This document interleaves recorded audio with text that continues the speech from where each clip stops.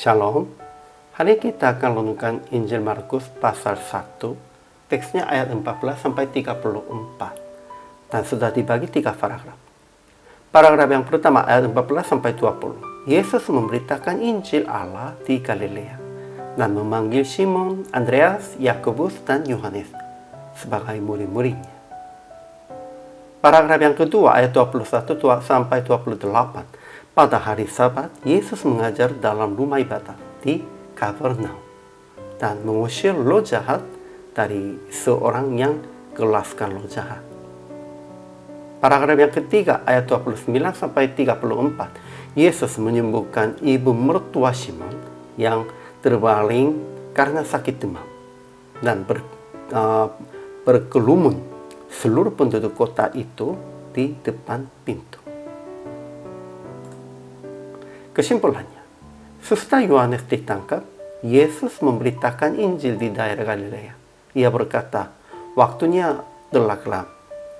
Kerajaan Allah sudah dekat. Bertobatlah dan percayalah kepada Injil.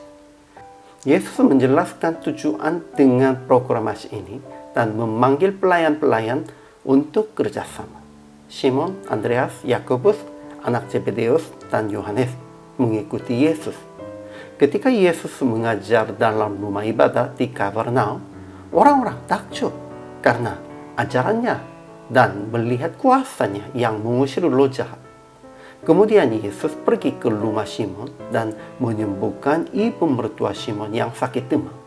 Jadi datang seluruh penduduk kota itu di depan pintu. Yesus menyembuhkan penyakit mereka dan mengusir roh jahat dari mereka. Ajaran tentang Allahnya. Pertama, Yesus memberitakan Injil di daerah Galilea dengan berkata, waktunya telah genap, kerajaan Allah sudah dekat, bertobatlah dan percayalah kepada Injil.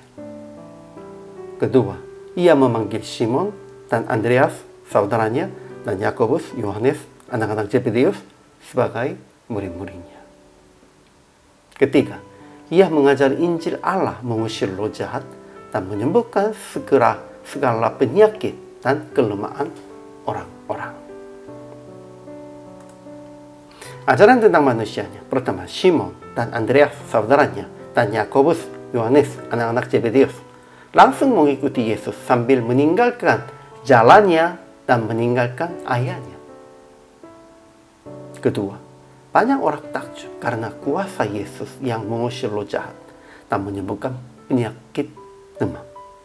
Dan mereka berkerumun supaya disembuhkan penyakit. Jadi aplikasi hari ini, pertama, segera mengikuti jalan Yesus sambil meninggalkan segala sesuatu dan menyerahkan salah satu sebagai tanda mengikuti Yesus. Memang Simon, Andreas, Yakobus, dan Yohanes, mereka sudah meninggalkannya, jalannya, ayahnya, segala sesuatunya. Kita juga akan mengikutinya begitu. Tetapi sekarang masih perlunya ada banyak. Namun usahanya yang menyerahkan salah satu sebagai tandanya itu. Kita harus melihatkan ketaatannya. Kedua, tetap memberitakan Injil Yesus kepada semua orang yang sekitar Anda. Baik dengan perkataan maupun dengan perbuatan yang taat kepadanya. Ketiga, menolong siapapun datang kepada Anda sambil meminta tolong. Harus menolong mereka kalau mereka minta tolongnya. Akhirnya PR praktik hari ini, tetap memberitakan Injil kepada orang-orang sekitar Anda dengan perkataan dan dengan perbuatan baik. Dan menolong siapapun meminta tolong kepada Anda sebagai tanda pengikut Yesus.